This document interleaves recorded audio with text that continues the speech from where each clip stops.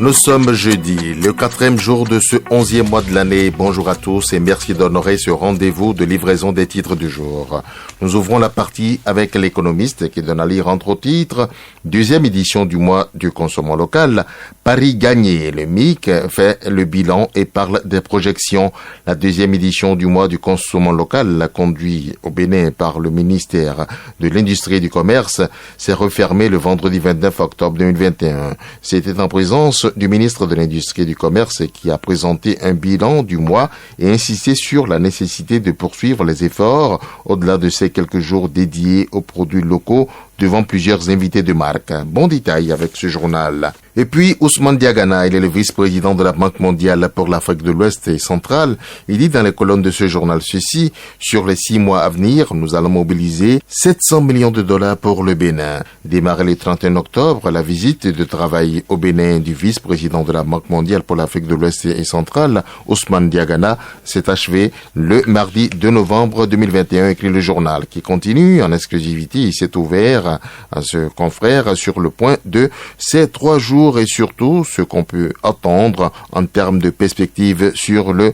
partenariat entre la Banque mondiale et le Bénin. De bonnes pages bourrées d'informations venant de ce responsable de la Banque mondiale. Un autre titre avec l'économiste ce jeudi, restructuration et développement du secteur industriel au Bénin. La société Dongako reprend l'exploitation de la Citex de Lokossa. Pour la relance des activités de la Citex, le gouvernement a conclu un accord avec la société Dongako SA qui a soumis une offre de reprise dans le cadre de la mise en concession du site abritant la Société des industries textiles du Bénin, Citex SA, pour la reprise de l'exploitation.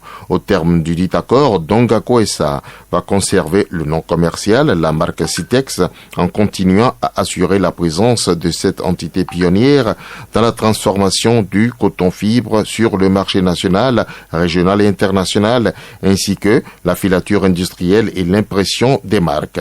Elle doit aussi maintenir les emplois existants, en créer de nouveaux et générer de la valeur ajoutée pour l'économie béninoise en investissant durablement dans l'industrie de transformation. Le gouvernement béninois lui demande par ailleurs de racheter l'ensemble des stocks, matières premières, consommables, en cours et produits finis correspondant à des demandes en instance. Et puis, organisation de l'administration, adoption de l'AOF de 13 ministères. Détaillé dans ce journal, lutte contre les changements climatiques, la stratégie régionale pour la résilience des pays de la CEDEAO. Découvrez cela dans le numéro du jour de l'économiste. Et voici quelques autres titres avec le Béninois libéré. J'ai ceci, COP26 à Glasgow sur le climat, participation de la République du Bénin. ABT et Tonato portent la position du Bénin. Le journal parle de la présence effective du maire à Huandino d'Abomey-Calavi. Les détails dans le Béninois libéré. Fonctionnement du gouvernement, Talon dynamise 14 ministères. Voyez comment dans le numéro du jour de Le Béninois libéré. Lutte contre le trafic de drogue au Bénin, urgence de corser l'arsenal juridique. Le Bénin doit retirer sa nationalité aux étrangers coupables et les expulser. C'est tout ce que demande le journal d'Aboubacar Takou dans son numéro du jour. Nous continuons avec Matin Libre. Reprise de la Citex par la société Dongako SA, le coton à nouveau transformé à Lokossa. Et puis, retour imminent de 26 œuvres d'art au Bénin. Talon l'a fait, jubile de toute sa plume depuis sa une Matin Libre, et qui salue le courage politique du chef de l'État, qui annonce un vaste programme d'accueil et de promotion. Le journal demande, pour conclure, de faire un peu plus. Soneb, paiement des factures, le calvaire des abonnés perdure. Le journal a fait le constat et rencontre dans son numéro du jour. Le matinal se positionne avec ce gros titre: prolifération des réseaux de proxénétisme à Cotonou. Or, on là justifie la traque aux belles de nuit. Il dit exactement ceci: nous entreprenons de faire fermer tous ces espaces. L'approche du préfet, objet de polémique, donne à lire depuis sa une le journal Le Matinal.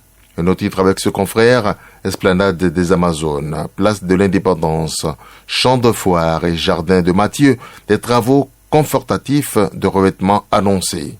Réouverture de la Citex, un maillon essentiel du tissu industriel ressuscité, applaudi depuis sa une, ce journal. C'est bien entendu Le Matinal. Et Libération de poursuivre avec quelques titres. Récent séjour du vice-président de la Banque mondiale au Bénin, une retombée de près de 400 milliards de francs CFA envisagée. Compte rendu du Conseil des ministres, les décrets portant attribution et fonctionnement de plusieurs ministères adoptés. L'autre quotidien, travaux de revêtement et d'aménagement dans la capitale économique. Bientôt Cotonou complètement embelli et moderne. Le journal annonce en manchette, développement de la commune de Cotonou. Le Katopo opte pour des orientations budgétaires inclusives. Commémoration des 2 ans de sa disparition, des séances de prière annoncées pour Albert Evoyre. Le journal est fait poser à sa une. Avec les nations, j'ai ceci, Aurélien Gbénonci à propos du rapatriement des biens culturels. Le président Talon a démontré encore ses qualités de visionnaire. Salut l'homme, tout sourire depuis la une du quotidien La Nation. Opérationnalisation de la Sénat, le conseil électoral s'active. Voyez comment dans les colonnes de ce journal. Reconnaissance à un pèlerin du droit, les mérites du professeur Dorothée Sousa salués. Nous sommes avec Nord-Sud quotidien à présent pour boucler. Réouverture de la CITEX, l'OCOSA salue la décision du gouvernement. Traque des prostituées, les maisons de tolérance de Cotonou seront fermées. C'est Alain Oronla qui le jure depuis la une de Nord-Sud quotidien. Affaire diffamation, Nicéphore Souglo convoqué au tribunal le 28 novembre, annonce le journal. Ici, point de convocation, plutôt René Tatou et Jérôme Cassa vous invitent au rendez-vous de demain, même espace, même heure. Merci pour l'attention et bonne journée à tous.